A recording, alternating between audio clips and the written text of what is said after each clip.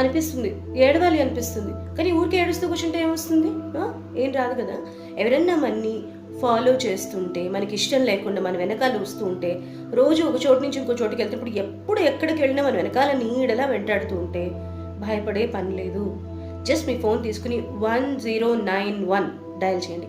1091 dial చేస్తే మీరున్న చోటికి పోలీసులు వస్తారు.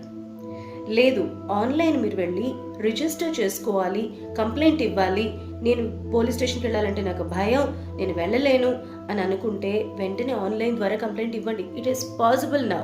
మీరు ఎఫ్ఐఆర్ ఫైల్ చేయొచ్చు.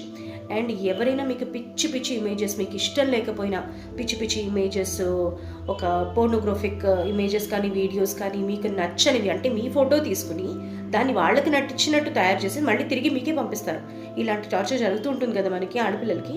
అలా చేస్తే 1930కి మీరు డయల్ చేసి విశేషాలన్నీ చెప్పండి. వాళ్ళు చెప్పినవన్నీ ఫాలో అవ్వండి.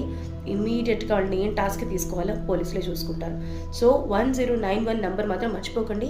ఎవరైనా మనని స్టాక్ చేస్తుంటే, మన వెంటబడుతూ ఉంటే, మనకి ఇష్టం లేకుండా, మనకి తెలియని వాళ్ళు వాడు తెలిసిన వాళ్ళు మనకి ఇష్టం లేకుండా ఎవరైనా మన వెంటపడి మనని ఇబ్బంది పెడుతూ ఉంటే, మనం వెళ్తున్నప్పుడు వస్తున్నప్పుడు అస్సలు ఆలోచించకుండా 1091కి డయల్ చేయండి. వెంటనే పోలీసులు వస్తారు.